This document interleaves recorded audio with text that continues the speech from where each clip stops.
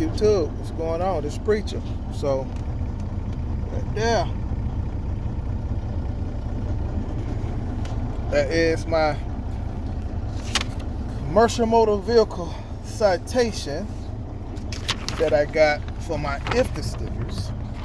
Now, the company I'm leased on to, they have sent out my stuff twice.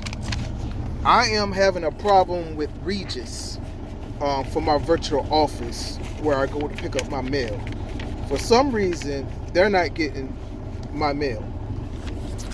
Now, they'll get anything that comes certified. You know, they'll get that if it comes certified that they have to sign for. They get that, but anything that comes in general mail, I haven't gotten this yet.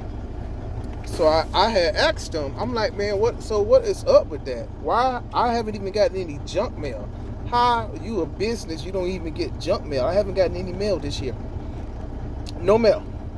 And I said, I know that I have 3 companies that sent stuff out to my business address twice. And we confirmed the address as well. And I still haven't received any mail. So what's the problem? So they trying to figure out, okay, what's the problem? Why I'm not receiving my mail? So Wes had to send me out. Look for my little zipper on this bag. But Wes had to send me out another before I can get my stickers and stuff, because they are checking that stuff now at all these scale houses. You know, I didn't got pulled into every single scale house. Every single scale house, man. Even today, I got pulled into the scale house. And every time I get pulled into the scale house, right, they want to go over my truck and all this other particular stuff.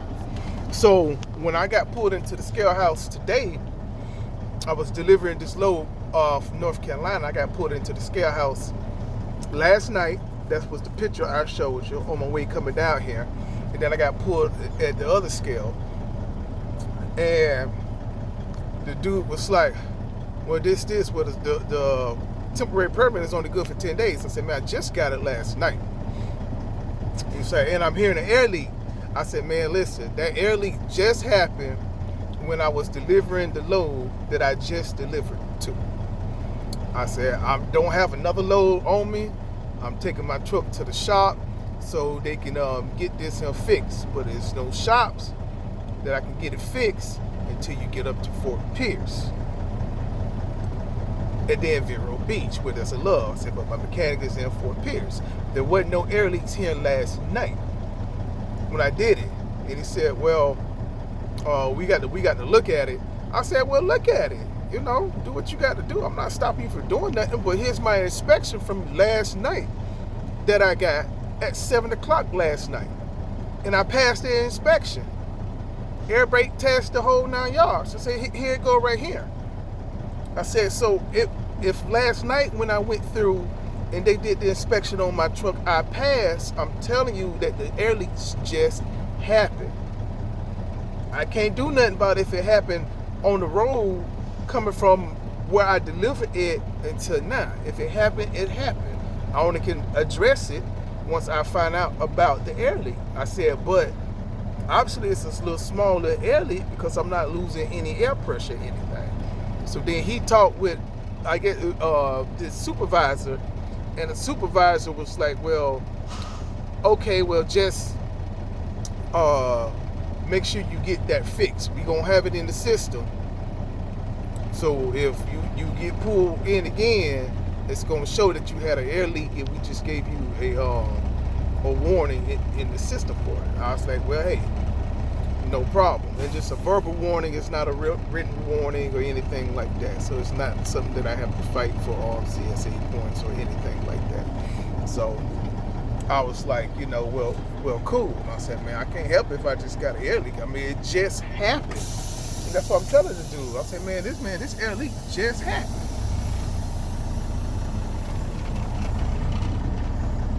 So I'm pulling up.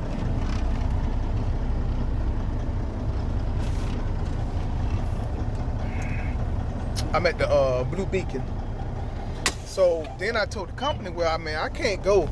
I'm not going taking no loads until I get these stickers and stuff on the side of the truck, because I can't keep stopping at every scale and getting inspections at every single scale. I mean, I got 2 inspections yesterday, one in South Carolina. I'm sorry, one in Georgia. The one when you coming from South Carolina, you coming into Georgia, that first one that you have to go through. Okay, so I got an inspection there. And then I had got one in St. Augustine in Florida. I had got an inspection there. And I'm like, okay, and it's all off this IFTA stuff. All of it is off my IFTA stickers. And then they checking the truck. And even the second time when they had checked my truck and stuff, they was like, well, we gonna do it again anyway. And that's why I was telling the guy today. I said, man, dude, man, I got 3 inspections, man. 3 inspections. Well, 2 inspections, and this would be the 3rd one. So I'm gonna have 3 inspections. And I'm like, man, come on, man. I'm like, really? And then I'm showing him my paperwork.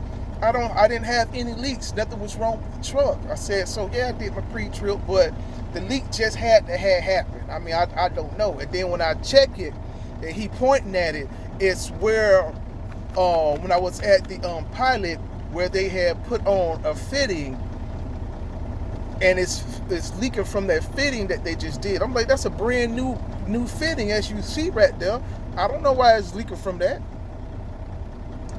And I'm like, well, can I just like put some thread and tape on that thing and seal it up? Well, no, you can't do this, whatever, what. And I'm like, man, y'all tripping, man.